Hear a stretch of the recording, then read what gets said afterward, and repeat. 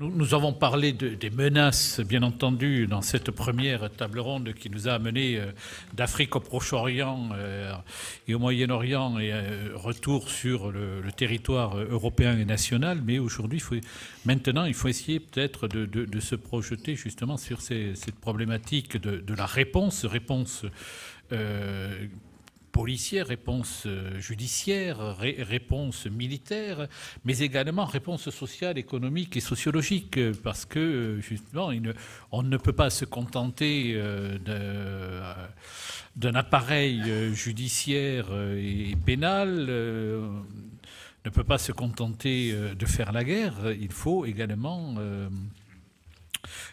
également penser à travailler sur la matière humaine que sont les jeunes risquant de partir de l'autre côté ou partis de l'autre côté, essayer de les faire revenir peut-être dans un giron social et national plus accueillant et harmonieux. Donc nous avons la chance aujourd'hui d'avoir d'éminents spécialistes et des représentants des administrations européennes et nationales. Je veux souligner la présence de M.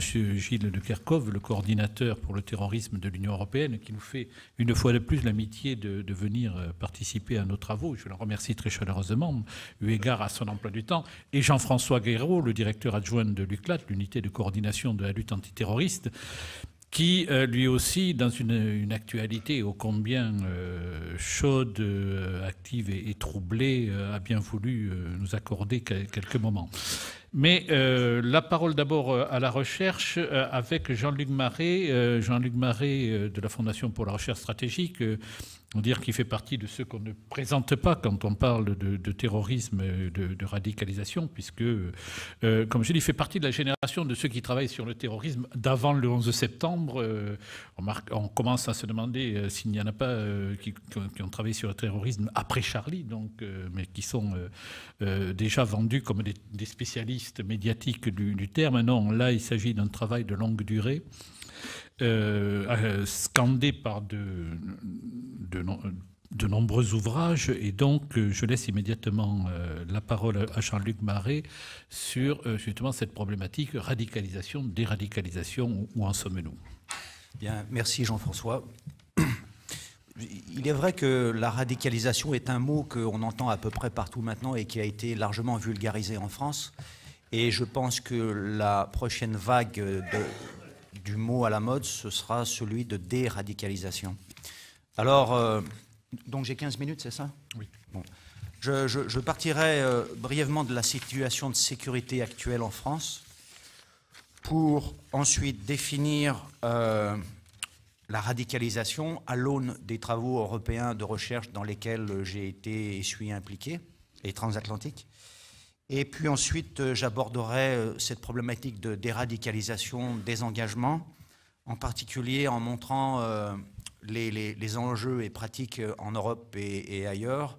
Et je terminerai en gros pour vous dire que la France, en matière de déradicalisation, a agi comme en d'autres domaines politiques, c'est-à-dire qu'on ne fait rien pendant très longtemps, pour différentes raisons que je tenterai d'expliquer, et puis tout d'un coup, sous le poids des événements, on change, ce qui est somme toute méritoire, et qui place in fine la France dans cette situation paradoxale qu'elle expérimente à l'heure actuelle. Tout un tas de choses dont des pays européens plus anciennement éprouvés sur ces sujets ne savent pas forcément eux-mêmes si ce sont des bonnes pratiques.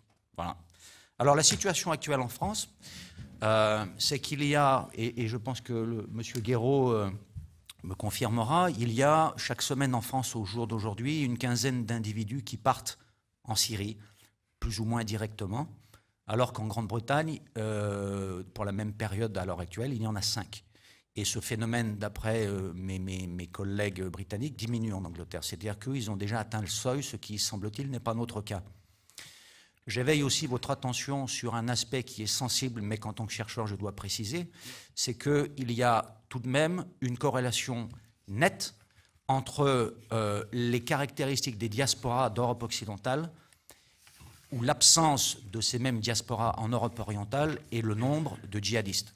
Non pas que les diasporas dans leur ensemble soient évidemment coupables, ce qui est stupide. Moi, je travaille sur des micro-communautés, sur des individus. Mais il y a certainement un lien. En Slovaquie, il y a 6 djihadistes détectés.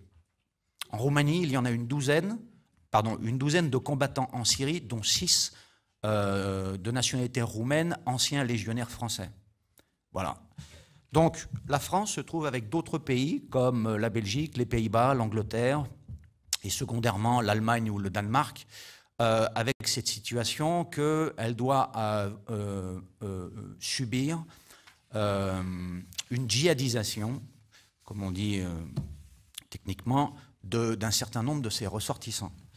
Je ne connais pas le chiffre exact, mais si on faisait le ratio entre le nombre d'officiers de police français en charge de l'antiterrorisme il y a 5 ans par rapport aux djihadistes français qu'ils avaient en charge ou qu'ils surveillaient à cette époque, et le même ratio aujourd'hui, on verrait une augmentation plus qu'arithmétique, exponentielle du nombre de djihadistes par policier français. C'est donc que je considère, même s'il y a des efforts de recrutement qui vont être faits, ce qui posera d'ailleurs des problèmes de qualité de recrutement, je considère qu'on peut parler de tension de capacité. Et par conséquent, la prévention, qu'on ne devrait jamais opposer à l'approche de sécurité, devient non seulement nécessaire, mais à peu près vitale pour notre pays. Et ça nous amène à la radicalisation. L'Union européenne, je dois le dire, je pense, et en particulier M. de Kerkhove, ont fait énormément en Europe pour le développement de pratiques de déradicalisation et de compréhension scientifique sérieuse de la radicalisation. Énormément. Donc j'ai été et je suis impliqué dans 2 ou 3 travaux de recherche financés par l'Union européenne. L'un qui s'appelait Saphir, qui travaillait sur les principes, sur les méthodes de radicalisation. Et nous avons distingué environ 200 variables interdépendantes, certaines culturelles, d'autres sociales évidemment, d'autres psychologiques, par exemple un manque de capacité individuelle à gérer la frustration individuelle, une utilisation de la violence non inhibée, un manque d'estime de soi, une famille, des composantes familiales monoparentales par exemple, ou un manque de repères d'autorité parentale.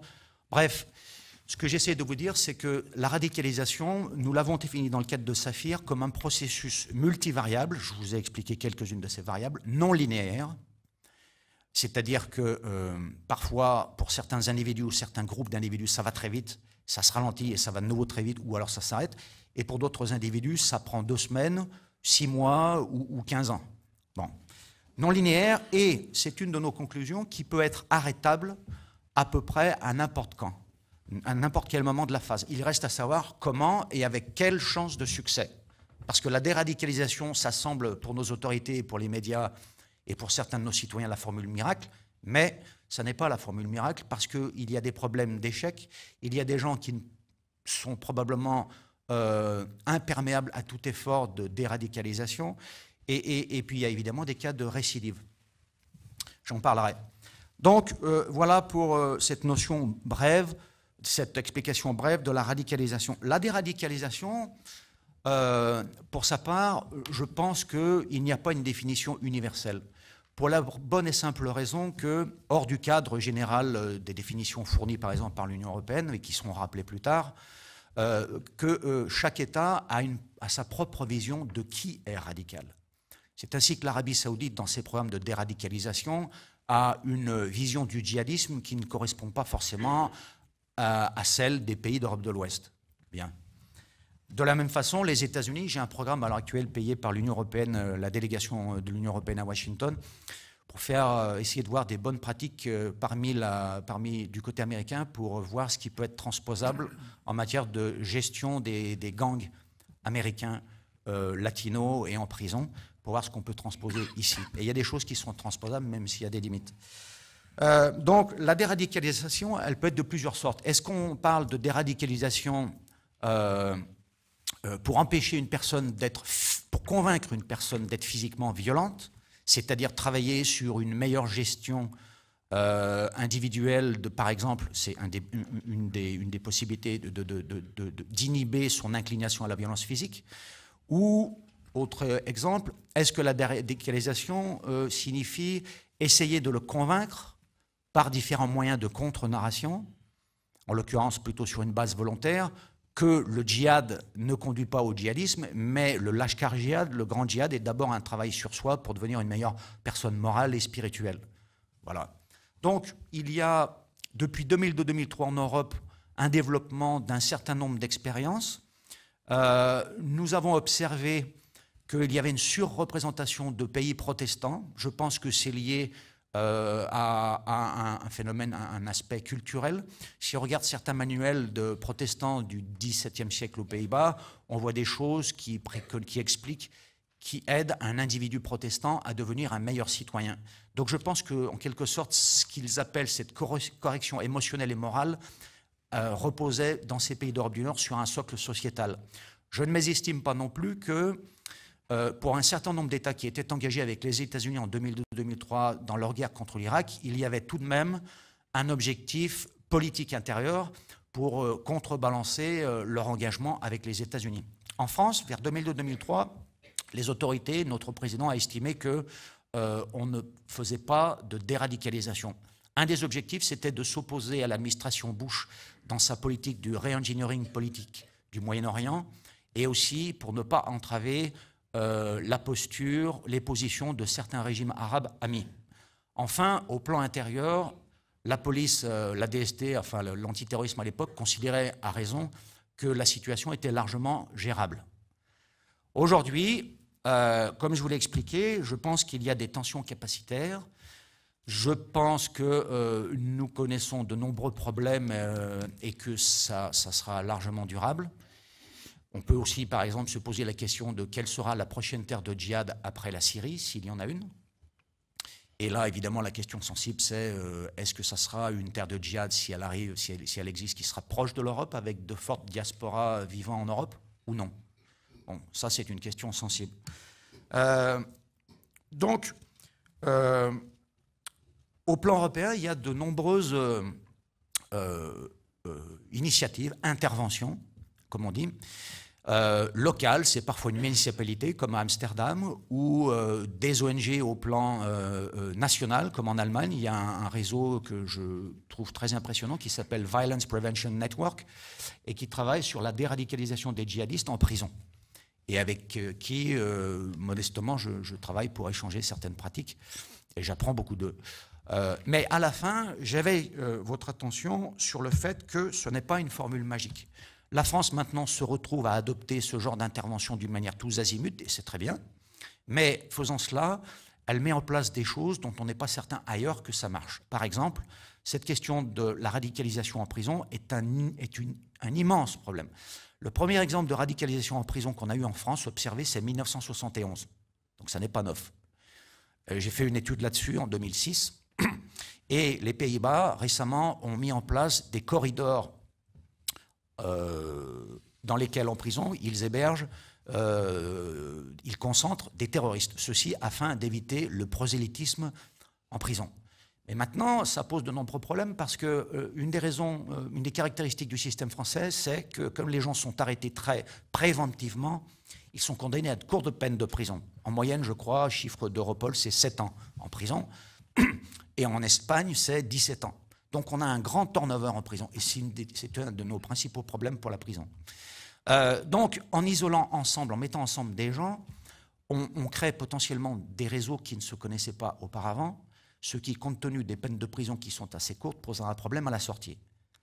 De la même façon, en prison, les djihadistes qui sont dans nos prisons françaises sont isolés, mais pas tout le temps, comme ils le sont aux États-Unis, ce qui est dur humainement, et ils peuvent toujours faire du prosélytisme, par exemple, pendant les activités sportives. Donc vous voyez, il y a des problèmes qui sont concrètement opérationnels, qui subsistent et qui ne sont pas résolus d'une manière satisfaisante, où que ce soit en Europe. Et enfin, deux aspects que je souligne en une minute. Il y a le problème de la récidive, que tout le monde dans les médias dit oui, c'est la formule magique déradicalisation, et je suis partisan de la déradicalisation ou du désengagement. Mais une des clés sensibles quand ces gens sortent de ces interventions de déradicalisation, c'est est-ce qu'ils rejoignent ou pas leur cercle de radicalisation. Dans ce cas-là, ils retomberaient dans les processus qui les ont conduits à utiliser une violence physique ou verbale. Et enfin, c'est le projet que l'Union européenne que j'ai l'honneur de diriger du point de vue scientifique, c'est le programme Impact, financé par l'Union européenne, qui consiste à essayer d'établir une évaluation standardisée du succès et des coûts des programmes d'intervention, déradicalisation, etc. Donc c'est en cours. Ceci pour vous dire qu'il y a souvent un effet politico-médiatique de surcommunication sur la création d'une intervention de déradicalisation. Et en ce qui concerne les résultats, il y a une inclination assez généralisée à moins communiquer sur le sujet. Voilà, je vous remercie. Merci beaucoup, merci Jean-Luc. Je crois qu'il est important de rappeler tout cela. Ce que l'on sait, comme tu l'as montré, des tentatives ou des programmes plutôt de déradicalisation en Europe du Nord, Scandinavie, mais en Grande-Bretagne également, c'est qu'à la fois ce sont des programmes onéreux, parce que ça implique une certaine, des moyens financiers, pour des résultats individuels qui peuvent être finalement relativement faibles. Donc le ratio entre le coût-efficacité du programme peut être problématique sur le long terme dans ses effets. Ce qui ne veut pas dire qu'il ne faut pas le faire. Oui, je pense qu'ils sont très nécessaires et qu'ils sont même obligatoires vu notre situation, pour être franc. Donc je donne la parole maintenant à notre ami Philippe Gros, qui est chercheur à la Fondation également, pour nous aborder un sujet ô combien important, qui est la question des opérations extérieures vis-à-vis de la menace terroriste. Alors, menace terroriste telle que, je reprends en cela les termes qui avaient été employés au moment de l'opération Serval par les autorités françaises, puisque on ne parlait pas, en tout cas à ce moment-là, de djihadisme, on ne parlait pas de lutte contre les mouvements islamiques radicaux, mais on avait décidé de récupérer, j'allais dire, la vulgate américaine de 2003, qui, à mon sens, était très peu intelligible pour une opinion publique, alors même que la France déployait des moyens exceptionnels, puisqu'il s'agissait de la première très grande opération française militaire combinée depuis des années, voire des dizaines d'années. Donc là, aujourd'hui, nous avons Serval, nous avons Barkhane, nous avons Chamal. Philippe, jusqu'où irons-nous ? Oui, on en a beaucoup et c'est probablement pas fini. Et la liste risque de s'étendre, malheureusement. Je vais traiter 3 aspects dans ce développement. Quelques grandes caractéristiques des engagements actuels, en me livrant plus particulièrement une comparaison entre d'une part Barkhane et d'autre part Chamal, parce qu'il y a des points communs.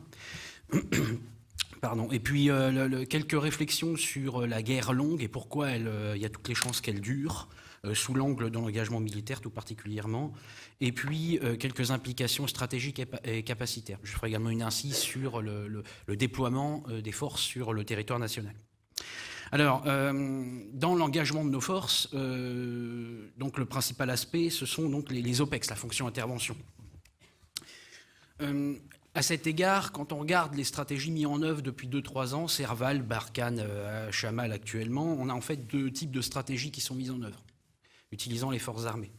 La première, c'est la stratégie indirecte, où là, il s'agit de l'aide aux proxies, l'assistance aux forces locales, le soutien des initiatives régionales, etc. Cette stratégie indirecte, elle est systématiquement privilégiée, à la base, par défaut.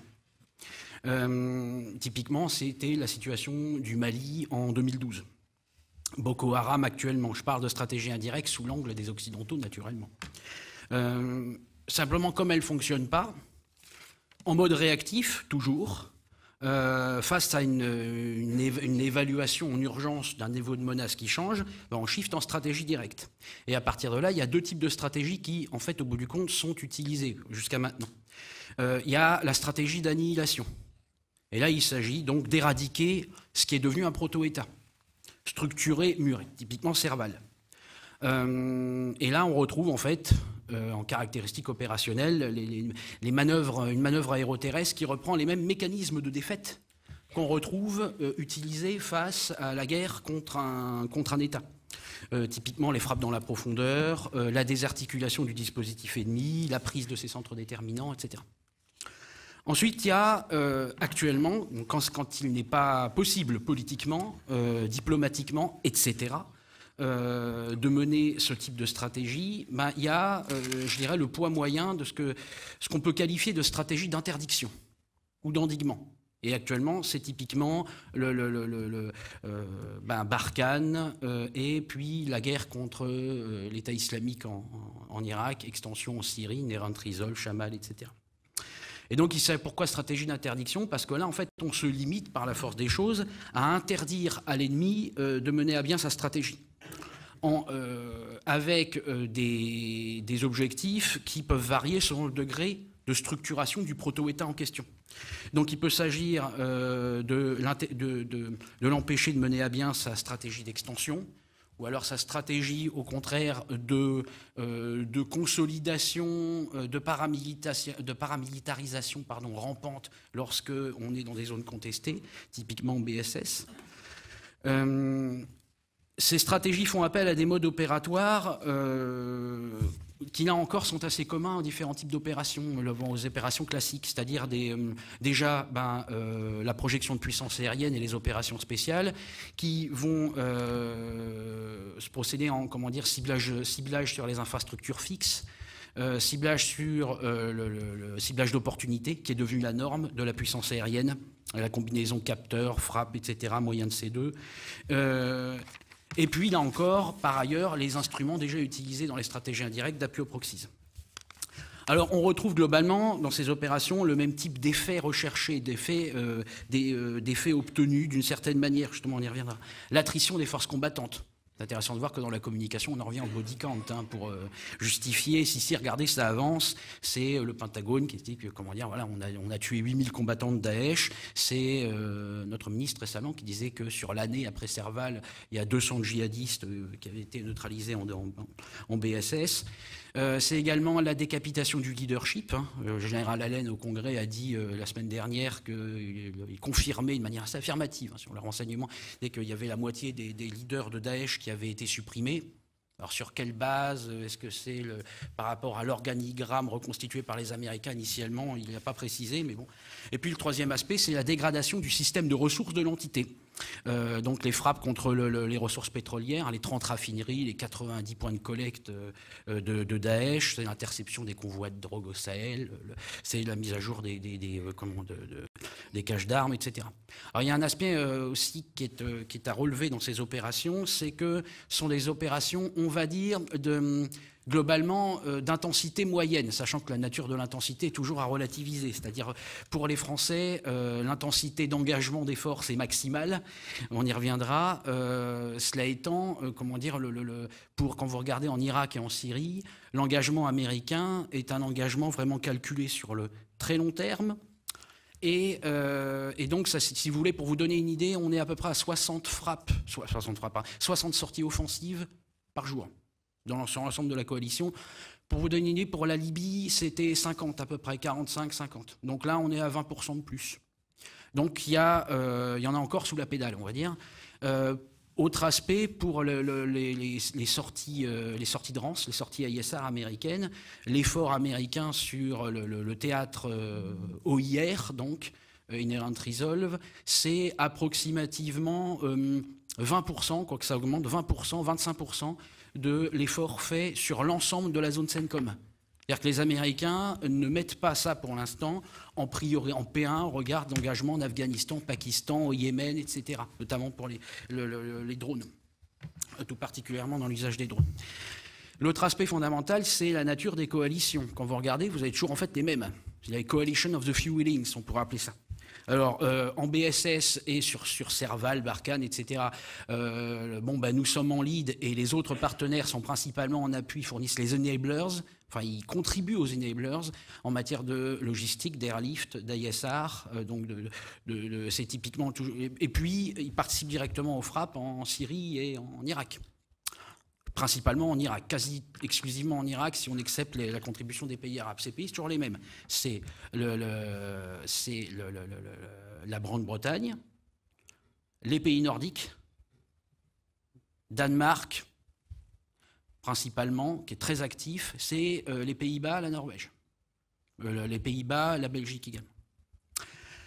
En revanche, les principales forces européennes, alors je mets de côté le cas de la Turquie qui est vraiment très particulier, mais l'Allemagne, l'Espagne, l'Italie, on est toujours sur une réticence fondamentale d'engagement qui est autant liée d'ailleurs à la nature des intérêts qu'à la culture stratégique de ces pays, c'est-à-dire à un emploi de la force qui est qui est perçu comme l'option la moins envisageable, et également avec une lecture des défis un prisme dans la lecture des défis qui est différent d'une autre, et donc qui fait qu'on se retrouve toujours avec les quelques participants. Alors, en parallèle, il y a le déploiement qui ne vous aura pas échappé, je ne vais pas y revenir en détail sur le territoire national, les quelques 10 000 hommes, 2 états-majors de force, 26 états-majors logistiques, 700 compagnies déployées dans 50 villes, vous voyez, donc on est sur... et donc, en fait, on en aboutit pour les forces françaises à une surextension qui n'est pas gérable à terme. En fait, on aboutit à l'application en parallèle de deux des 3 contrats du livre blanc. Le contrat projection sur les territoires intérieurs et le contrat gestion de crise, celui consistant à déployer une brigade interarmes et puis une quinzaine d'avions, etc. Et donc, ça signifie que les forces sont surengagées à quasiment 100% de leurs moyens déployables. Il y avait quelques semaines, il y a 46% de la force opérationnelle terrestre qui était engagée, en comptant l'échelon d'urgence, les hommes qui se préparent à partir ou qui sont en alerte. Donc, ça veut dire que c'est, on est sur une surextension. Alors, cette guerre, le problème, c'est que cette guerre va durer. Pourquoi ? Pour toutes les raisons qu'on a vues ce matin, c'est-à-dire qu'on glisse petit à petit, ça c'est mon analyse, qu'on glisse de plus en plus dans des engagements de nécessité, compte tenu de la nature des perspectives en termes de menaces que pourrait constituer l'extension de ces proto-États, avec l'interaction avec la menace intérieure. Donc on est, si vous voulez, sur des engagements par nécessité et de moins en moins sur des engagements par choix, comme par exemple l'engagement dans des opérations de maintien de la paix ou comment en fait au bout du compte la variable pour l'engagement au titre de nos responsabilités de grande puissance, Conseil de sécurité. Là on est sur quelque chose de différent. Et l'appréciation qui a prévalu sur la menace en début 2013 des djihadistes, des colonnes de djihadistes qui menaçaient potentiellement, on ne savait pas, mais qui menaçaient potentiellement d'aller sur Bamako, on voit bien que le calcul stratégique est différent de on s'engage dans telle ou telle opération. Alors cette opération, elle va être longue elle menace d'être longue pour 4 raisons. La première, c'est naturellement tous les points qu'on a évoqués ce matin, c'est-à-dire les ressorts de nos ennemis, leur motivation, leur détermination, etc. Leur capacité à muter, etc. Le fait que déjà, on se retrouve, on en tourne toujours en permanence sur le sujet, il faut une solution politique, voilà, d'accord, ok, oui, d'accord, mais on est dans des zones où on a une déstructuration politique profonde, pour toutes les raisons qu'on a vues ce matin. Le démembrement progressif de l'ordre légué par la décolonisation, les conséquences du printemps arabe, etc. Alors, il y a également, et ça c'est le point fondamental, le fait que les stratégies qu'on utilise ne sont pas décisives, elles ne peuvent pas l'être. Là, on en revient systématiquement à la discussion, oui, ces opérations, comment dire, c'est la fameuse problématique qui est systématiquement abordée quand on fait une campagne aérienne, savoir est-ce qu'on s'embourbe ? Est-ce que c'est le fameux débat à chaque fois sur l'impasse. En réalité, il y a bien une efficacité intrinsèque constatée de ces opérations. Il y a une efficacité intrinsèque dans le sens où, regardez sur les opérations contre l'État islamique, regardez Kobané, regardez le Kurdistan, il y a bien dans les frappes aériennes une efficacité tout à fait réelle. Même si, là encore, on est sur une intensité moyenne sur le long terme. En revanche, ça ne peut pas être décisif. Pourquoi ? Parce que la stratégie d'annihilation qui a parfaitement fonctionné pour Serval, en fait, au bout du compte, a généré une recomposition des mouvements avec la fluidité qui a été expliquée ce matin. Quant aux stratégies opérationnelles d'interdiction qui sont utilisées actuellement, elles sont efficaces dans un mode coercitif, sûrement pas contre des entités qui ont des buts absolus. Donc, en même temps, c'est nécessaire et en même temps, ce n'est pas décisif. Et en même temps, la réalisation de ces effets pour chaque opération est extrêmement longue. Enfin, ne pilote pas ces fameuses évolutions. Là, je sors 2 minutes du cadre militaire, c'est qu'on ne pilote pas les évolutions politiques. On dit qu'il faut une solution politique, en fait. Tout ce dont on vient encore de discuter ce matin, c'est qu'on ne pilote pas ces évolutions. Et à cet égard, plus largement, au-delà des opérations sur ces proto-États djihadistes, les opérations en Afghanistan et autres, etc., il faut dire que l'équation traditionnelle qui consiste à dire une bonne stratégie cohérente, bien pensée, etc., avec des moyens efficaces, une excellente coordination, vous voyez, so-called approche globale, dont on parle pendant des années, si tout ça est bien combiné, normalement, on arrive au succès. Eh bien non, ça ne marche pas comme ça, tout simplement parce que ce qui prime, c'est le cadre des mécanismes politiques locaux. Soit on s'inscrit dedans, et ça peut marcher, soit on en fait abstraction, prenant vaguement en compte, mais en fait, au bout du compte, en ne les intégrant pas fondamentalement dans l'action, et auquel cas, ça ne fonctionne pas. On peut toujours mettre... Le problème, c'est que c'est masqué ce genre de choses par des, si vous voulez, des visions très instrumentales de l'emploi militaire, qui est normal d'ailleurs, des visions institutionnelles, où typiquement, c'est la contre-insurrection. On voit typiquement ces approches, voilà comment améliorer ce qu'il faut faire, mais qui, au bout du compte, ne génère pas réellement un facteur décisif au plan politico-stratégique. Alors je vais passer un peu vite, puisque j'ai déjà trop parlé, qu'on arrive à la fin, sur les quelques implications. Déjà, il faut naturellement élaborer une stratégie globale, ça tombe sous le sens. On est dans une guerre à multiples théâtres qui va durer très longtemps, multidomaines, etc. Donc il faut une stratégie globale qui mette du lion à tout ça, qui apprécie la menace, qui travaille également le burden sharing avec nos partenaires. Quand on regarde la rentabilité de l'engagement de Chammal, qui, sous l'angle politique, se conçoit tout à fait, sur le plan de l'engagement de nos forces, de plus en plus déclinantes, en termes de capacité globale, l'engagement de Chammal est pour le moins contestable, on va dire, en termes de rentabilité d'engagement, du nombre de frappes et donc la réalisation des effets que nous menons dans la coalition. On pourra y revenir dans les questions. Il y a l'implication enfin capacitaire, et là je terminerai par ça, c'est que il m'apparaît que, mais là encore c'est une analyse tout à fait, discutable, on en revient aux discussions qu'il y a eu sur le livre blanc, etc., c'est que la prise en compte de cette guerre n'est incompatible, selon moi, avec la logique actuelle de la transformation qui est fondée sur l'acquisition de plateformes de plus en plus sophistiquées et polyvalentes au détriment du volume de force. Alors, c'est pas qu'il faut se passer d'un certain nombre de plateformes sophistiquées et polyvalentes, c'est pas ça que je veux dire. Mais il faut redonner la priorité, d'une certaine manière, à la capacity par rapport à la capabilities, comme disent les anglo-saxons, c'est-à-dire par rapport au volume de force, au nombre d'hommes et au nombre de plateformes. Donc les exemples là-bas, on pourra reparler de ça pendant les questions. Et puis le dernier point que je voulais aborder, c'est naturellement le trade-off OPEX-OPINT. Vous savez que l'armée de terre veut plus rééquilibrer son modèle vers un déploiement sur les opérations intérieures. Et là, honnêtement, c'est pas forcément très convaincant, à mon sens. En tout cas, il y a encore du travail pour, à mon sens, convaincre de la viabilité de ce modèle, simplement dans le sens où ça risque, à enveloppe constante, d'éclater encore plus les forces terrestres, de créer encore plus de gaps capacitaires pour ces OPEX. Là encore, on est dans les opérations de nécessité, au profit, je dirais, d'un engagement qui, en tant que tel, dont l'essentiel des missions, je dirais, apparaît quand même gérable par la force telle qu'elle est actuellement, au-delà de l'aspect quantitatif, de l'aspect nombre d'hommes, etc., etc. Mais naturellement, tout ça, si on continue de le faire à enveloppe constante, de toute façon, on n'ira pas loin, et donc ça pose naturellement la prise en compte de la criticité politique de la prise en compte de cette menace. Merci beaucoup. Merci Philippe. Et on en revient toujours à l'éternelle question. L'usage de la force militaire est toujours fondamentalement conditionné dans sa réussite aux conditions politiques dans lesquelles elle s'exerce.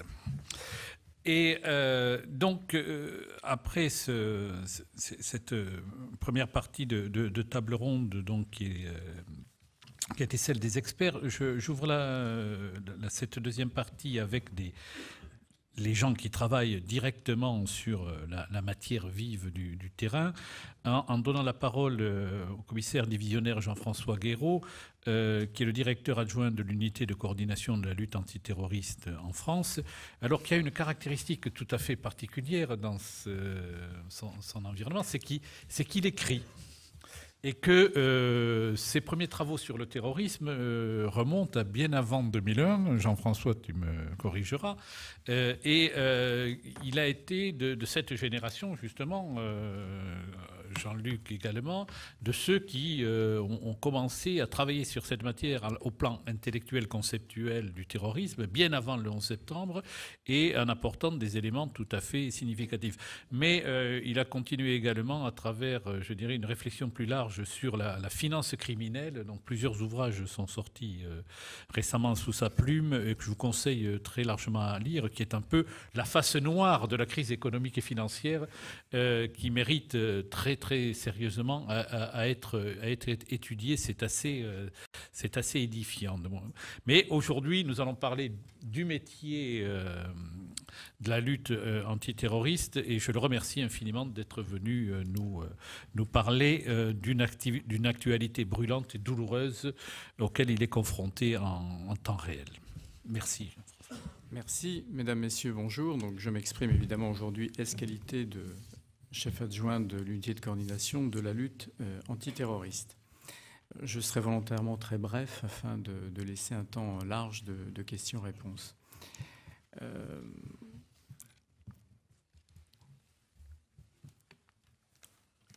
Bon, il faut éviter de trop battre sa coulpe et de s'auto-dénigrer. Il se trouve que la France a souvent été novatrice en matière de lutte antiterroriste et c'est d'ailleurs en général la France qui a montré la voie. N'oublions pas que le premier système institutionnel centralisé de lutte antiterroriste a été imaginé en France, c'est les lois de 86 et suivantes, et que ce modèle a fait école depuis. Voilà. Alors aujourd'hui, je vais vous parler d'une nouvelle politique publique dont on n'a pas toujours conscience, qui a été initiée justement en France au début de l'été par le ministre de l'Intérieur, c'est la politique de lutte contre la radicalisation. Alors, je ne vais pas revenir sur le problème de ce concept, qui en sciences humaines est un petit peu mou. Qu'est-ce que la radicalisation? Mais j'aimerais très rapidement et très modestement vous montrer comment, une fois de plus, la France a essayé d'innover et quel est le contenu de cette innovation. Lorsqu'il y a quelques semaines, le chef de l'UCLAT, Loïc Garnier, a présenté le plan national de lutte contre la radicalisation devant l'Assemblée générale d'Interpol, donc devant 200 pays, tout le monde s'est accordé pour considérer que la France avait inventé un nouvel outil. Cela me semble important à souligner. Alors, ce plan national de lutte contre la radicalisation a, on va dire, deux grands champs intellectuels et d'investigation. Le premier, c'est la loi antiterroriste qui a été votée au mois de novembre 2014, dont je vais vous rappeler très rapidement les principaux axes et les principaux contenus. C'est une loi qui, évidemment, a une dimension de police anticriminelle. On a créé de nouvelles infractions pénales, comme c'est de tradition dans une loi antiterroriste. Et en particulier, on a créé une infraction de terrorisme individuel, puisque jusqu'à présent, nous ne pouvions en principe incriminer des individus que dans le cadre d'une association de malfaiteurs. Et pour prendre en compte une des évolutions contemporaines du terrorisme, c'est-à-dire les acteurs solitaires, les loups solitaires, il a été créé une infraction de terrorisme individuel. Mais surtout, cette loi a innové en créant toute une série d'outils de police administrative, donc de police préventive. On comprend aujourd'hui que pour faire intelligemment de la lutte antiterroriste dans sa dimension donc la plus anticipatrice, il faut utiliser les armes de la police administrative. Alors il y a les armes traditionnelles, celles qu'on a toujours utilisées, comme par exemple les expulsions. Et là, la loi a décidé d'en créer 3 nouveaux. Premièrement, des interdictions de sortie du territoire pour des Français, empêcher un certain nombre de nationaux de partir sur les terres, je ne dirais pas de djihad, car je crois que l'utilisation de concepts religieux est inappropriée, mais sur des terres de combat. Deuxièmement, des interdictions administratives d'entrée sur le territoire, c'est-à-dire empêcher potentiellement des gens dangereux pour l'ordre public de rentrer en France. Et troisièmement, des outils administratifs de blocage, de sites, de déréférencement de sites pouvant appeler au terrorisme, un peu à l'image de ce qui a été fait depuis maintenant très longtemps et avec succès, par exemple en matière de pédopornographie. Donc le premier axe, c'est une loi antiterroriste dont les décrets ont été pris et qui est déjà entrée donc en application pour la plupart de ces outils. Le second axe, dont a en charge très directement l'UCLAT, est un axe de pure prévention sociale. Nous avons créé à l'UCLAT, à la demande du ministre de l'Intérieur, un département de lutte contre la radicalisation, relativement volumineux en effectifs, et avec à l'intérieur 3 outils. Le premier outil, tout d'abord, ce sont des fonctionnaires spécialisés, justement, dans la gestion de ces outils de police administrative préventive pour lutter contre le terrorisme. Déchéance de nationalité, expulsion, interdiction de sortie du territoire, blocage des sites administratifs, etc. Donc pour faire, l'idée c'est que tout ce qui était fait par le passé, peut-être de manière un petit peu ponctuelle et pointilliste, devienne quelque chose de systématique et de stratégique. Le deuxième outil, vous en avez certainement entendu parler, du moins j'espère dans la grande presse. Nous gérons le Centre national d'assistance et de prévention de la radicalisation, le CNAPR. C'est en fait le numéro vert, numéro d'appel dédié aux familles et qui fonctionne depuis le 29 avril 2014. Ce numéro fonctionne. Il fonctionne malheureusement très bien. Nous avons pléthore d'appels, nous sommes sur une tendance croissante, d'appels pertinents. Je ne vais pas rentrer dans les détails, mais comprenez bien que pour des raisons éthiques et déontologiques, nous sommes dotés quand même de beaucoup de garde-fous. Mais notre mission sur cette plateforme d'appel, que nous avons armée et équipée avec des fonctionnaires spécialement formés, appuyés par une psychologue clinicienne, notre première mission est d'apporter une réponse immédiate aux familles qui se trouvent en pure détresse face soit à des enfants qui se convertissent et qui se radicalisent, soit face à des adolescents qui se radicalisent parce qu'issus d'une famille musulmane, soit face à des familles dont les enfants convertis ou radicalisés, ou les deux à la fois, décident dans l'urgence de partir vers une zone de combat. Je fais ici une petite parenthèse. Partir vers une zone de combat ne signifie pas spécialement et forcément que l'on va combattre. La plupart de ces personnes qui vont sur zone vont tout simplement faire leur hijra, c'est-à-dire ont le souhait de vivre dans un environnement islamico-compatible. Voilà. Donc notre mission consiste d'abord à offrir une qualité d'écoute et ensuite de donner les premiers conseils, des conseils techniques, matériels, préventifs. Et nous proposons à ces familles, si elles souhaitent être appelées, donc de bénéficier d'un accompagnement social. Nous passons alors le relais, selon des process très, très normés, aux préfectures. Donc il appartient aux 101 préfectures de France ensuite de reprendre le relais pour venir accompagner les familles signalantes et au besoin les enfants, les adolescents ou les jeunes signalés.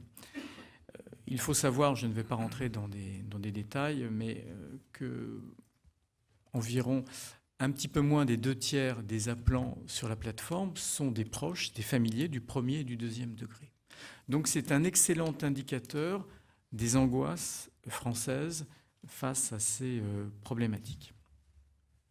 Évidemment, comme vous pouvez le comprendre, cette plateforme d'appel est aussi, par non pas dommage collatéral, mais par acquis collatéral, une source inépuisable de renseignements opérationnels.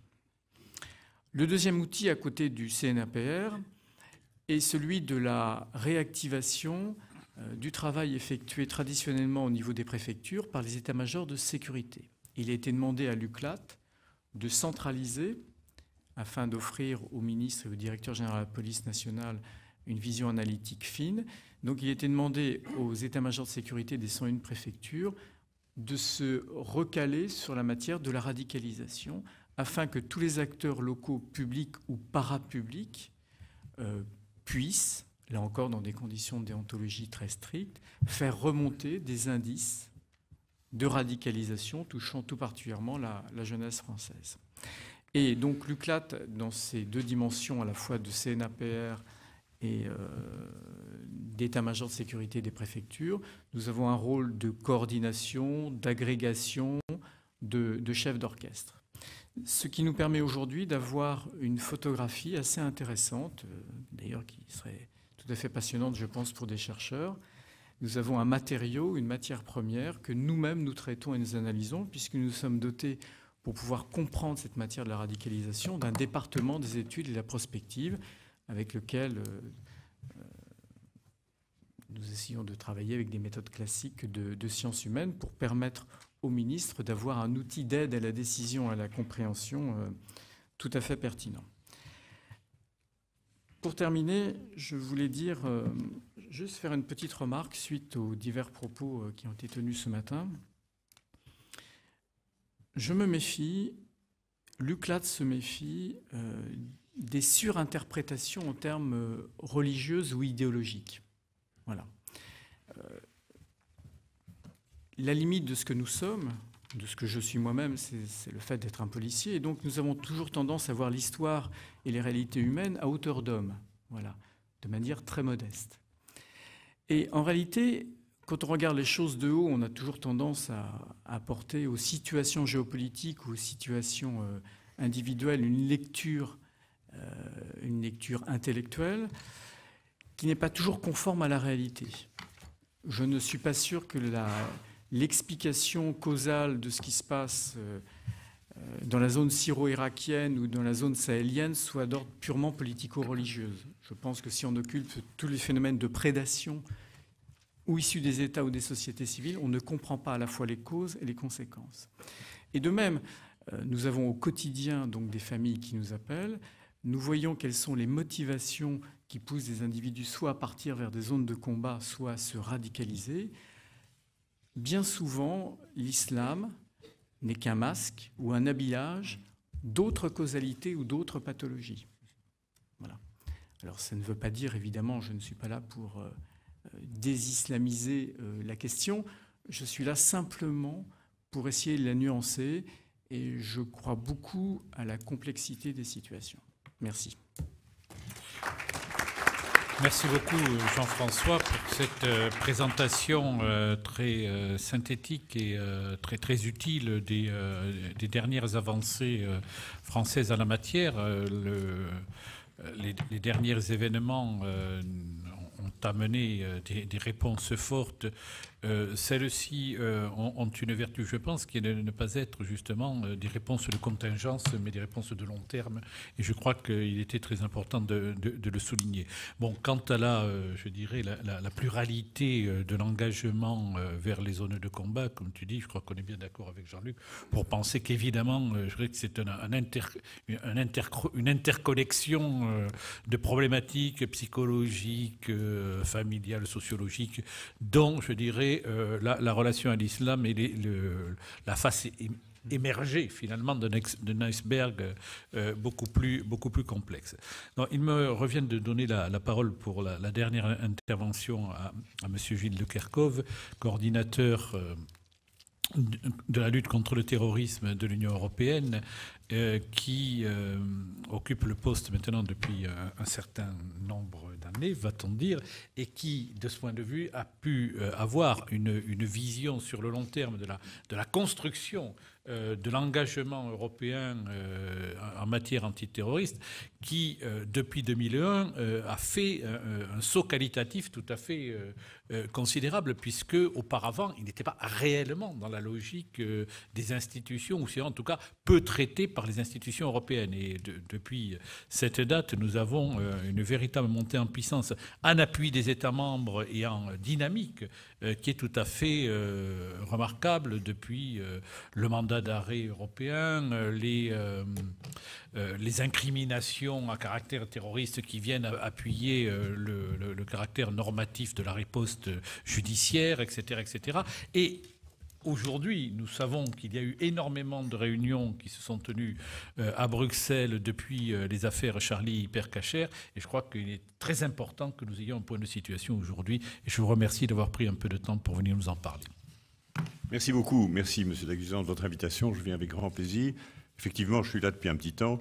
Quand Javier Solana m'a nommé, il Il a dit beaucoup de choses, mais il a oublié de me dire pour combien de temps. Et il est parti, donc je ne sais pas pour combien de temps je vais devoir faire ce job. Donc ça dépendra en réalité de moi. Effectivement, je crois que vous avez bien défini le rôle de l'Union européenne. Et je comptais commencer par ça parce que je veux éviter qu'il y ait une mauvaise compréhension exactement du rôle de l'Union européenne. Je voudrais éviter qu'on pense que nous sommes en première ligne. En réalité, même après la mise en œuvre, l'entrée en vigueur du traité de Lisbonne, qui a fait de la sécurité intérieure une compétence partagée entre les États et l'Union européenne, ça reste néanmoins, en l'état actuel de l'intégration européenne, d'abord une responsabilité des États. Je dis en général que si on regarde un peu le rapport de force, je dirais que c'est 90% États membres, 10% Union européenne. Et peut-être qu'en matière de terrorisme, parce que le traité a néanmoins prévu une réserve de compétences nationales pour la question du renseignement, je dirais 95% États membres, 5% européenne. Union européenne. Cela ne veut pas dire que l'Union est insignifiante, je pense, et ça ne veut pas dire non plus qu'elle n'a pas de rôle à jouer. Et je vais essayer de vous montrer, mais de manière un peu télégraphique, parce que je n'ai pas beaucoup de temps, mais au fond, ce qu'on essaye de faire pour, vous l'avez bien dit, aider les États à être plus performants. Et c'est vrai, je prends simplement les attentats de Paris, l'émotion était immense, j'ai rarement été bombardé autant par les journalistes.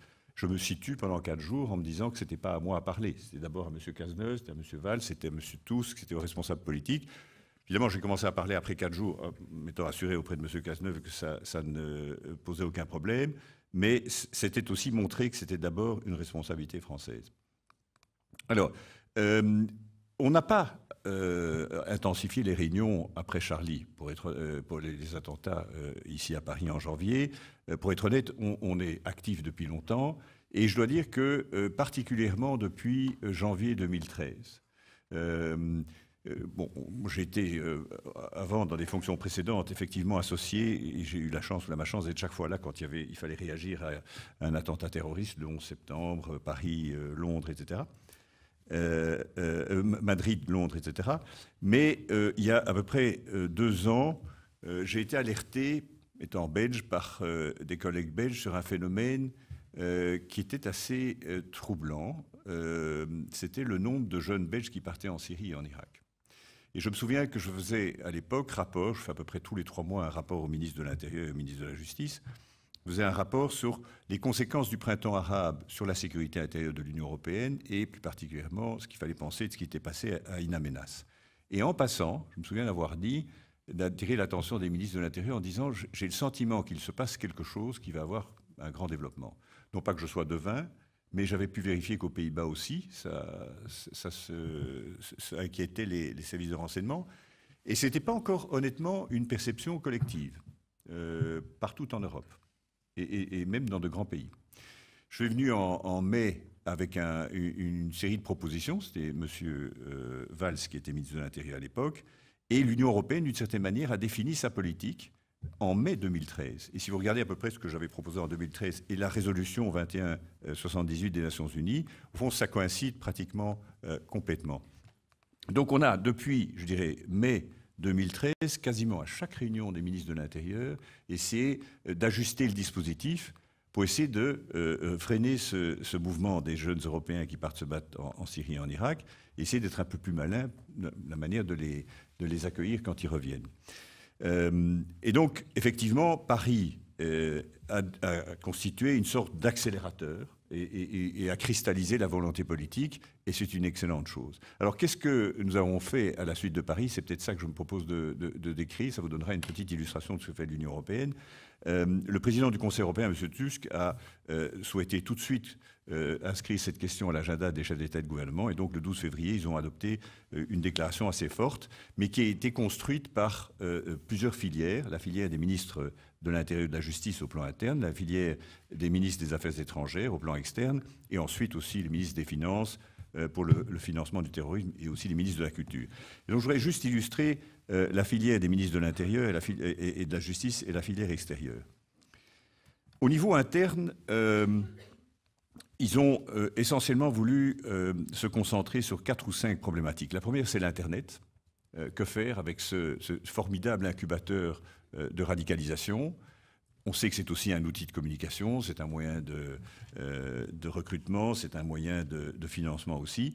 mais c'est surtout un formidable outil de communication, et on sait que la communication de Daesh est d'une sophistication exceptionnelle. Je crois avoir lu un article qui montrait que la vidéo de décapitation d'une vingtaine de pilotes de l'armée jordanienne avait sans doute duré plus de 6 heures, et on le voyait à l'ombre projetée par le soleil, et que celle des Coptes en Libye a pratiquement été faite sur plusieurs jours, parce qu'il faut trouver le bon angle, c'est de qualité Hollywood. C'est abominable, mais c'est comme ça. À tel point d'ailleurs que l'impact de Daesh est beaucoup plus fort que l'impact d'Assad. Assad a son actif 220 000 morts.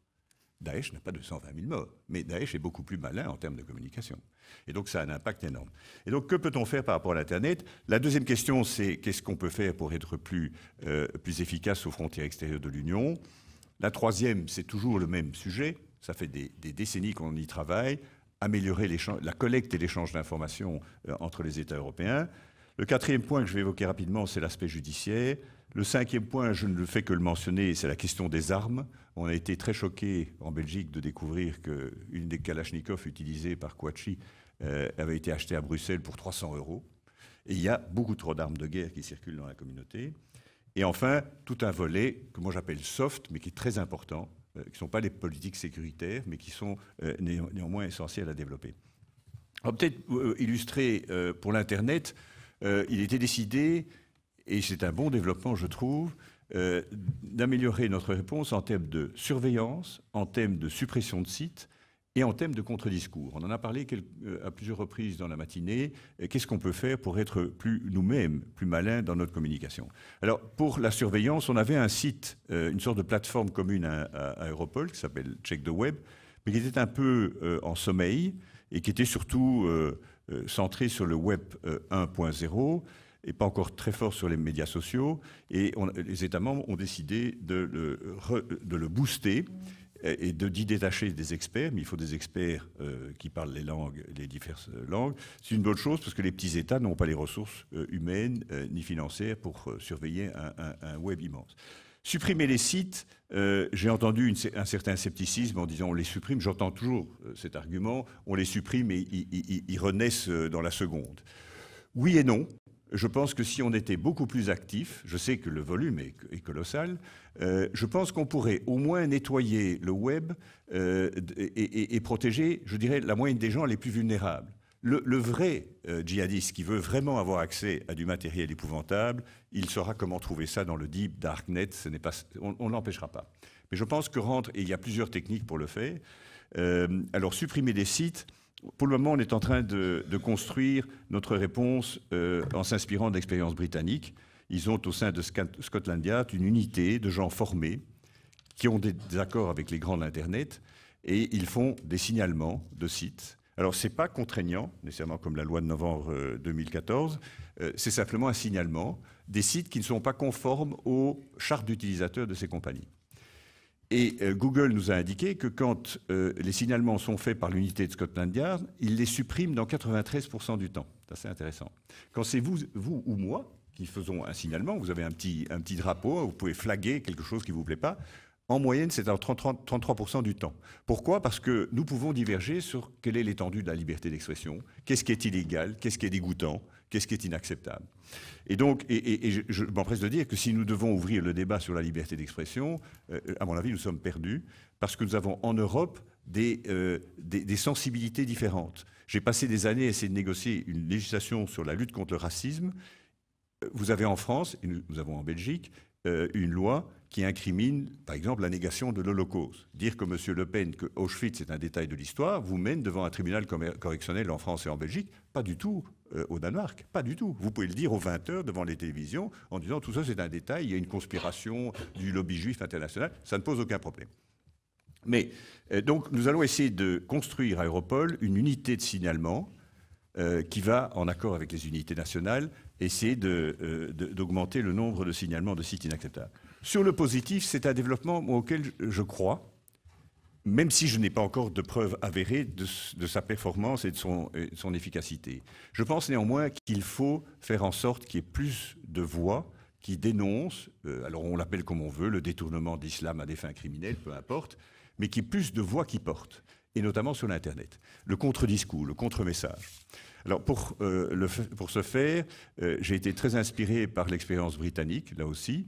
Ils ont au sein du ministère de l'Intérieur une équipe, mais vraiment de vrais communicants. Pas le fonctionnaire qui fait l'effort de communiquer, parce qu'en général, ils communiquent très mal. Non, des types qui viennent de L'Oréal, et qui savent comment on vend un shampoing L'Oréal et qui prennent des parts de marché sur le shampoing Garnier. Il faut vraiment des spécialistes, des types qui viennent du monde de la pub et qui savent quelle est la cible, l'audience que l'on veut atteindre, quel est le bon vecteur et comment construire le message. Ce n'est pas quelqu'un de mon âge qui va convaincre un adolescent, même avec les arguments les plus rationnels. Et j'aime beaucoup ce qui a été dit d'ailleurs ce matin sur l'importance de l'émotion. J'y crois de plus en plus. Dans toute cette affaire, le rationnel est une chose, il faut travailler sur l'émotion. Et donc, j'avais dit, j'ai trouvé ça extrêmement intéressant, j'avais dit il y a quelques mois à une réunion aux États-Unis, avec l'attorney général des États-Unis, en parlant de contre-message, il nous faudrait quelque chose comme le Ice Bucket Challenge. Peut-être que vous vous souvenez, ça paraissait un peu ridicule et puéril, mais des gens très connus se mettaient un bac d'eau glaçon sur la tête. En une semaine, la planète entière a appris à connaître une nouvelle maladie. Alors, et c'est intelligent ou pas, peu importe. En termes de communication, c'est fantastique. Et j'avais dit, il nous faut un Ice Bucket Challenge pour vraiment détruire l'image de Daesh. Et Dieu sait qu'on a des arguments. Les gens qui vivent dans les territoires contrôlés par Daesh, c'est une épouvante absolue, la manière dont ils se comportent. Mais il nous faut de bons communicants. En fait, d'une certaine manière, on l'a eu ici en janvier. Ce qui s'est passé avec Je suis Charlie et le mouvement, même si on sait qu'il n'était pas partagé partout, dans les banlieues, dans le monde arabe, on n'a jamais eu un sursaut citoyen d'une telle ampleur. C'est absolument exceptionnel. Et je me suis dit, après les événements de Paris, comment est-ce qu'on peut rendre ça durable? Parce que c'est fantastique. On a eu Not in My Name, une petite campagne au Royaume-Uni après la décapitation de David Haine. On a eu Bring Back Our Girls, quand les 200 jeunes Nigérianes ont été kidnappés. Mais ces petites campagnes, Je suis Charlie, vous avez vu le résultat, 60 chefs d'État, des millions de personnes un peu partout dans le monde, c'est fantastique. Comment est-ce qu'on peut utiliser ça positivement? Quatrième aspect, je n'en parle pas, mais je suis convaincu que c'est une vraie problématique. J'ai essayé de la pousser, mais ce n'était pas mûr.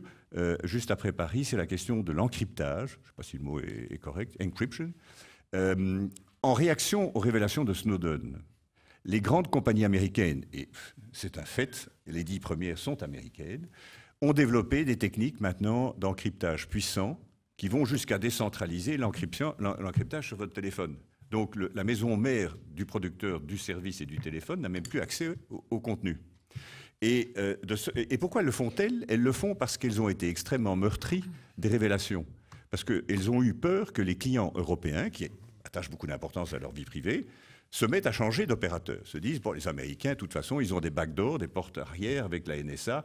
On ne veut plus de tout ça et on va choisir des alternatives. Et donc, ils vont perdre des parts de marché. Donc, ils sont dans une course accélérée, mais qui va aboutir à ce que nos services de renseignement et nos services de police ne pourront plus intercepter. Et c'est un vrai sujet. J'ai discuté avec un des magistrats de la Galerie Saint-Éloi récemment, qui disait, ceux qui utilisent Skype et WhatsApp, c'est bien de plus en plus difficile. Et donc, c'est un sujet, à mon avis, qui va revenir, qui n'est pas simple. À peine avais-je fait cette proposition qu'il y avait une campagne contre moi sur Twitter en disant que j'étais un esclave de Big Brother et de la NSA. Mais je pense que c'est un vrai sujet. Les frontières extérieures. Là aussi, j'ai beaucoup insisté dès le début, et ça fait d'ailleurs des mois qu'on y travaille, parce que j'ai commencé à entendre des voix disant que tout ça, c'était à cause de Schengen, parce qu'il n'y avait plus de contrôle aux frontières. Alors, on mélange tout, on dit qu'il n'y a plus de contrôle aux frontières, c'est Schengen qui est responsable de tout, Nemouche peut rentrer, puis il y avait eu trois jeunes Français qui sont revenus à Marseille et pas à Paris, on ne les a pas vus, ils sont rentrés. Et puis des voix politiques s'expriment en disant il faut rétablir les contrôles aux frontières. Catastrophe. C'est une des plus belles réalisations de l'intégration européenne. Ce serait une erreur majeure de faire ça.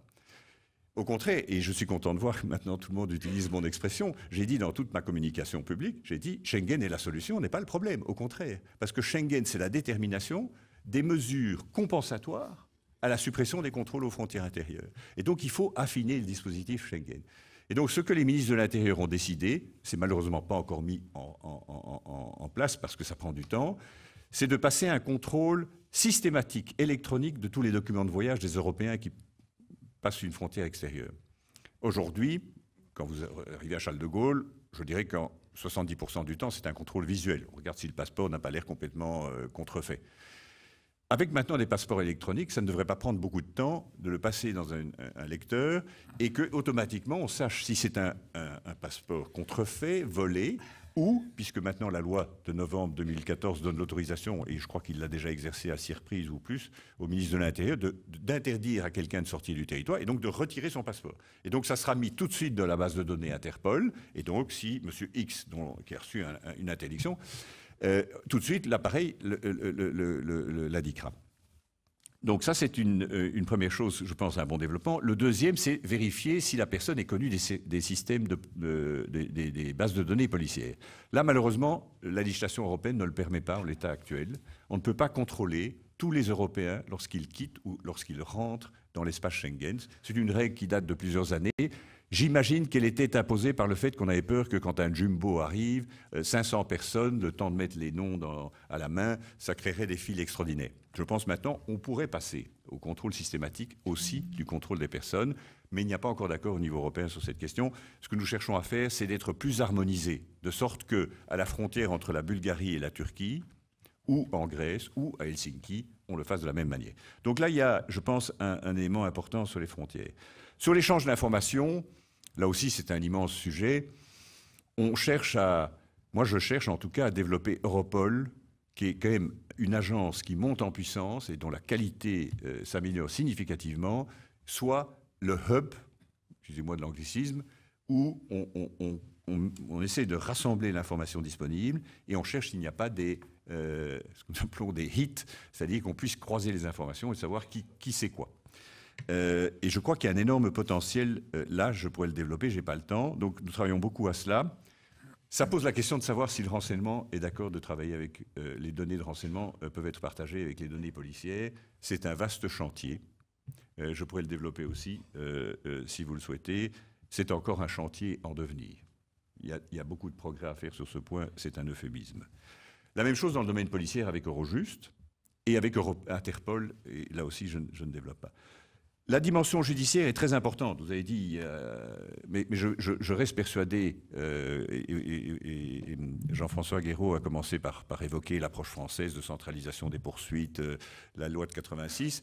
Nous faisons la promotion partout dans le monde sur cette approche judiciaire parce que nous n'aimions pas l'approche de Bush de Global War on Terror. Et je trouve parfois un peu malheureux qu'on parle de guerre, mais il faut avoir une finalité. Il faut pouvoir utiliser l'instrument militaire, j'en suis persuadé, parce qu'il y a des moments où simplement pour des raisons de force.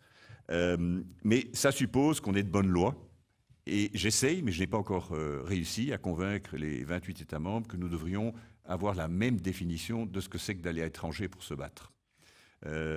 C'est une obligation imposée par les Nations Unies depuis la résolution 2178, mais chaque État membre fait sa petite loi, et je trouve que c'est une erreur.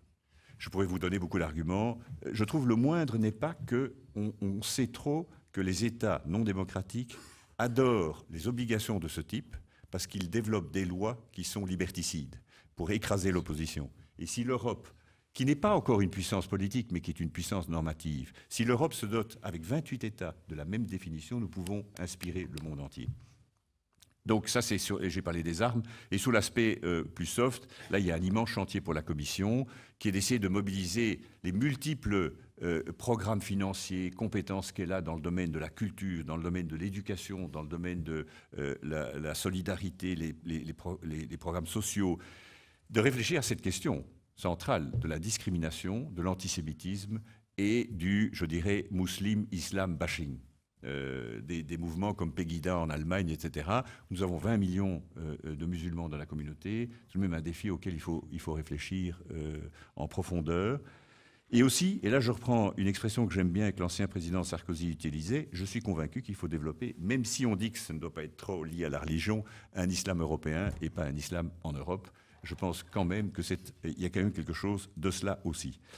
Donc ça, c'est sur le plan interne. Un mot, et puis je vais essayer d'en terminer. Sur le plan externe, je dirais que d'une certaine manière, c'est peut-être là que j'ai vu l'impact le plus important de ce qui s'est passé à Paris.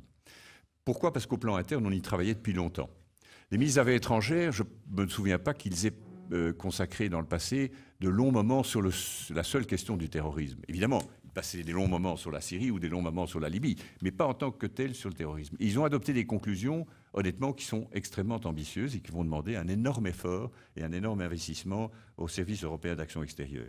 Parce que qu'est-ce qui a été décidé, en gros, c'est que ça partait du constat qu'on avait sans doute sous-investi dans notre voisinage immédiat au lendemain du printemps arabe. Moi, je suis convaincu que la réponse de l'Europe n'était pas à la mesure du défi.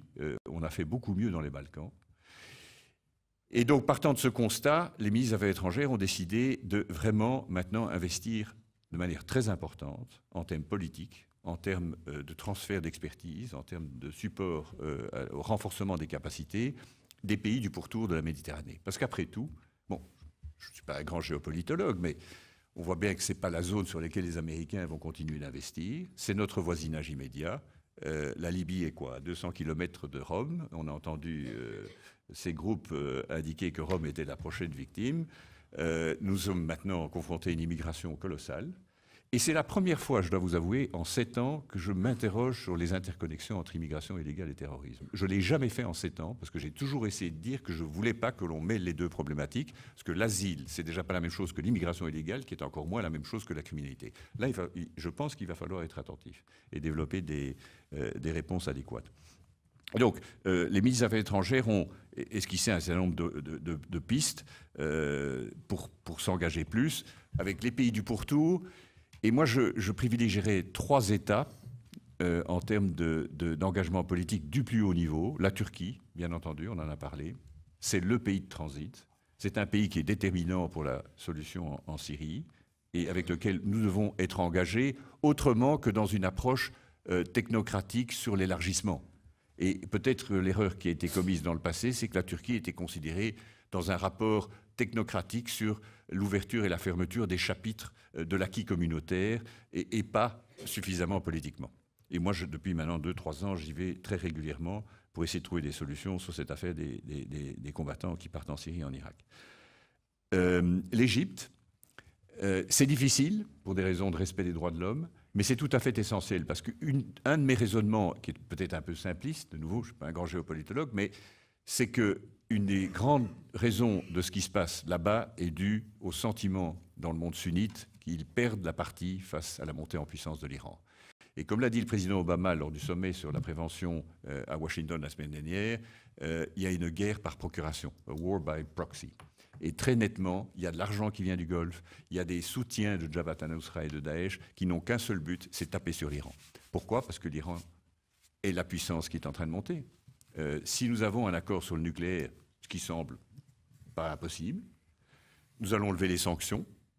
L'Iran recevra des milliards et des milliards et des milliards de dollars, puisque nous avons gelé les fonds partout dans le monde. C'est un pays qui a le plus haut taux de scolarité et de diplôme universitaire du monde musulman. C'est un pays très centralisé qui a une vision, c'est où il va. Il a la main sur l'Irak, parce que les conséquences de l'intervention américaine ont abouti à consolider la majorité chiite. Il a la main sur le Liban à travers le Hezbollah. Il y a maintenant au Yémen tout de même une occupation par les Houthis, qui sont quand même avec ou sans soutien iranien. Il y a des révoltes chiites dans les parties les plus pétrolières de l'Arabie saoudite, et on connaît la question de Bahreïn. Donc, et certaines influences chiites aussi en Afrique. Quand je rencontre des responsables africains, ils me disent il y a du prosélytisme aussi de ce côté-là. Et si vous êtes sunnite, quel est votre champion ?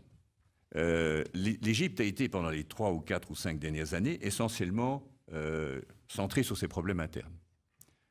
La Syrie est en plein chaos, le Liban est fragile, c'était les 2 phares culturels, hein, l'Égypte et le Liban, c'est les deux phares culturels. La Libye est en chaos, et les États du Golfe, mais ils ne sont pas structurés de la même manière. Et donc, il y a un problème, je dirais, d'équilibre dans cette relation qui me paraît centrale. Et puis l'Arabie saoudite et les États du Golfe, parce que, pour les raisons que je viens d'évoquer, il y a la propagation du wahhabisme. Alors on a beau dire que la religion n'est pas un facteur central, je dirais qu'une seule chose qui m'avait beaucoup frappé, Madame Ashton avait réuni les femmes du Sahel lors d'une réunion d'une journée à Bruxelles, et on leur avait demandé à la fin, il y a des femmes ministres, des femmes avocates, on leur avait dit, mais vous avez un dernier message, elles avaient dit, de grâce, délivrez-nous du wahhabisme, ce n'est pas notre culture. Et pour ceux qui regardent ça de près, et je le fais, la côte est de l'Afrique, la Corne de l'Afrique, le Sahel, tout ça fait l'objet d'une propagation massive, je dis bien massive, de wahhabisme, une transformation massive de l'islam de ces pays. Ça n'est pas sans conséquence. Donc, et puis tous les pays du pourtour, ils sont fragilisés. Un pays comme la Tunisie, je leur disais, parce que j'ai passé la semaine dernière en Tunisie, certes, la Belgique est championne d'Europe par tête d'habitants du nombre de combattants en Syrie. La Tunisie est championne du monde. Ils en ont 3000. Ils ont, disent-ils, empêché 9000. 9000 pour un pays de 11 millions d'habitants, c'est assez impressionnant. Et donc, c'est un pays qui a aussi, je ne vais pas dire qu'il a désarmé, mais pour les mêmes raisons pour lesquelles on a dû supprimer la Stasi, on a dû supprimer la Securitat, parce qu'ils sont passés dans un processus de transformation démocratique, ils ont dû affaiblir leur service de renseignement qui était le bras de la répression. Et donc, il faut les aider à reconstruire un appareil sécuritaire efficace et en même temps respectueux de l'état de droit. Donc, ils sont moins bien armés, c'est le paradoxe, que sous Ben Ali a absorbé le retour de milliers de combattants. Mes collègues algériens me rappelaient, on en a parlé ce matin aussi, que le début de cette fameuse décennie épouvantable au cours de laquelle entre 100 000 et 200 000, je n'ai jamais su le chiffre, de citoyens ont été égorgés, a correspondu avec le retour des Moudjahidines d'Afghanistan. Exactement à ce moment-là. Alors, il y a eu d'autres facteurs, bien entendu, mais c'est un facteur qui pourrait déstabiliser fortement la Tunisie. Et c'est notre flagship, c'est tout de même le pays du printemps arabe, une constitution parmi les plus modernes et les plus avancées du monde arabe. Il faut l'aider à tout prix à traverser cette épreuve. Donc, il y a l'engagement politique, il y a le renforcement des capacités. Moi, je parcours tous ces pays pour essayer d'identifier ce qu'il faut faire. Par exemple, j'ai offert aux autorités tunisiennes, avec l'accord du directeur général de la DGSI, qui est prêt à mettre des ressources, à les aider à reconstituer un service de renseignement. Je travaille avec le responsable de la sécurité de l'Irak pour essayer de les amener à définir une approche un petit peu plus subtile de la lutte contre le terrorisme et des questions de prévention. En Jordanie, par exemple, sur les questions de prévention, il y a des choses à apprendre et à développer. En Turquie, notamment sur l'identification des passagers à l'aéroport d'Istanbul, plus de 30 millions de passagers par an. Voilà quelques exemples. Il y a aussi tout un volet soft, je n'ai pas le temps de le développer, mais la réaction à « Je suis Charlie » devrait nous inciter néanmoins à la fois exprimer mieux nos valeurs, parce que je pense que nous devons défendre nos valeurs et mieux les expliquer, mais aussi développer les relations entre les personnes et la société civile. Là aussi, on a quelques idées. Et enfin, ça paraît d'une banalité écrasante, et c'est ce qu'il y a de plus difficile, c'est évidemment être plus actif dans la résolution des crises. L'Europe n'a pas été très rapide dans l'énoncé de sa politique en Syrie et en Irak, et c'est complexe. Il n'y a pas que des parlementaires français qui vont voir Assad, il y a aussi des questionnements. On peut légitimement se poser la question de savoir si notre politique est la bonne. Quel est le résultat aujourd'hui? Nous avons une politique qui est essentiellement centrée sur le départ de M. Assad. Il y a des millions de personnes réfugiées et déplacées. Il y a 120 000 morts en Syrie. Daesh a 30 000 combattants, peut-être même plus. Et Assad est toujours là. Peut-être que si nous maintenons la même politique, l'année prochaine, il y aura 1 million de déplacés en plus. Il y aura un Daesh à 80 000 combattants. Il y aura 100 000 morts en plus. Et toujours Assad, peut-être, qui est soutenu par l'Iran et la Russie. Je suis le dernier à dire qu'il faut parler, tout le monde voudrait voir Assad derrière des barreaux à La Haye, bien entendu. Mais c'est extrêmement complexe de définir une politique qui permette une solution politique de cette épouvantable crise. Et puis la Libye qui sera discutée demain à la réunion informelle des ministres des Affaires étrangères, qui me préoccupe de plus en plus parce que ça paraît extrêmement complexe de trouver une solution diplomatique entre ces deux camps. Et Daesh est en train d'en profiter. Il y a deux wilayas, mais je pense que ça risque de s'amplifier très rapidement, avec des conséquences sur les voisins, et notamment sur la Tunisie. Voilà, j'étais un peu trop long, mais quelques éléments de l'approche européenne pour expliquer qu'elle est modeste, elle se veut à l'écoute des États, en support, mais je pense qu'elle peut contribuer à aider les États à être plus effectifs. Je vous remercie beaucoup. Merci. Votre intervention est extrêmement utile, surtout sur, j'allais dire, la partie extérieure qu'on a tendance à ne pas forcément voir dans cette partie de relations à la sécurité. On voit les relations extérieures de l'Union, les politiques de voisinage, la coopération économique, mais celle-ci méritait absolument de ces minutes parce qu'elle montre l'engagement de l'Union sur ce sujet et le fait que désormais il va falloir effectivement s'attaquer au soutien actif de notre périphérie proche parce qu'elle conditionne notre sécurité nous-mêmes. Et je crois que là, c'est absolument vital.